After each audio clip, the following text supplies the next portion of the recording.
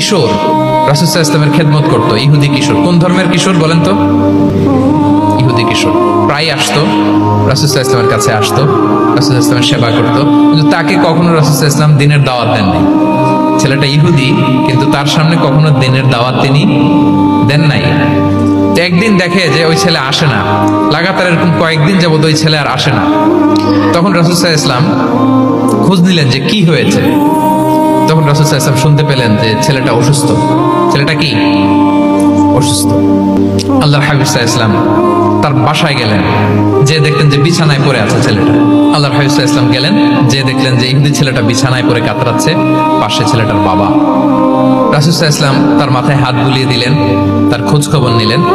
এবার রাসূল সাল্লাল্লাহু আলাইহি ওয়াসাল্লাম বললেন আসলিম, মানে ইসলাম ধর্ম গ্রহণ করো। ফানাযারা ইলা ওয়াজহি আবি, ইহুদি ছেলেটা তার বাবার চেহারার দিকে তাকালো, দেখে আব্বা কি বলে। বাবা যেহেতু দাঁড়ায় আছে, ফানাযারা ইলা ওয়াজহি আবি, বাবার চেহারার দিকে মুমূর্ষু ছেলেটা বাবার চেহারার দিকে তাকালো। তো বাবা বলল আতি আবুল কাসিম, মানে আবুল কাসিম যা বলে তাই শোনো। রাসূল সাল্লাল্লাহু আলাইহি ওয়াসাল্লামের বড় ছেলের নাম ছিল কাসিম, ফলে ওনাকে আবুল কাসিম বলে মদিনাতে ডাকা হতো। আমাদেরও তো বড় ছেলে বা বড় মেয়ের নাম ধরে ডাকে না? রাসূল সাল্লাল্লাহু আলাইহি ওয়াসাল্লামকে মদিনায় বলা হতো কাসিমের বাবা। তো ছেলেটা যখন বাবার চেহারার দিকে তাকালো, বাবা বলল আতি আবুল কাসিম, তুমি আবুল কাসিমের অনুসরণ করো, যা বলে তাই শোনো। ছেলেটা তখন পড়তে আরম্ভ করলো আশহাদু আল্লা ইলাহা ইল্লাল্লাহ ওয়া আশহাদু আন্না মুহাম্মাদুর রাসূলুল্লাহ, মানে মুসলিম হয়ে গেল।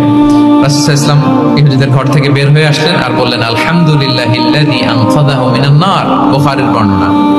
প্রশংসা সে আল্লাহর, যে আল্লাহ এই ছেলেটিকে জাহান্নাম থেকে মুক্তি দিয়ে জান্নাতি বানিয়ে নিল।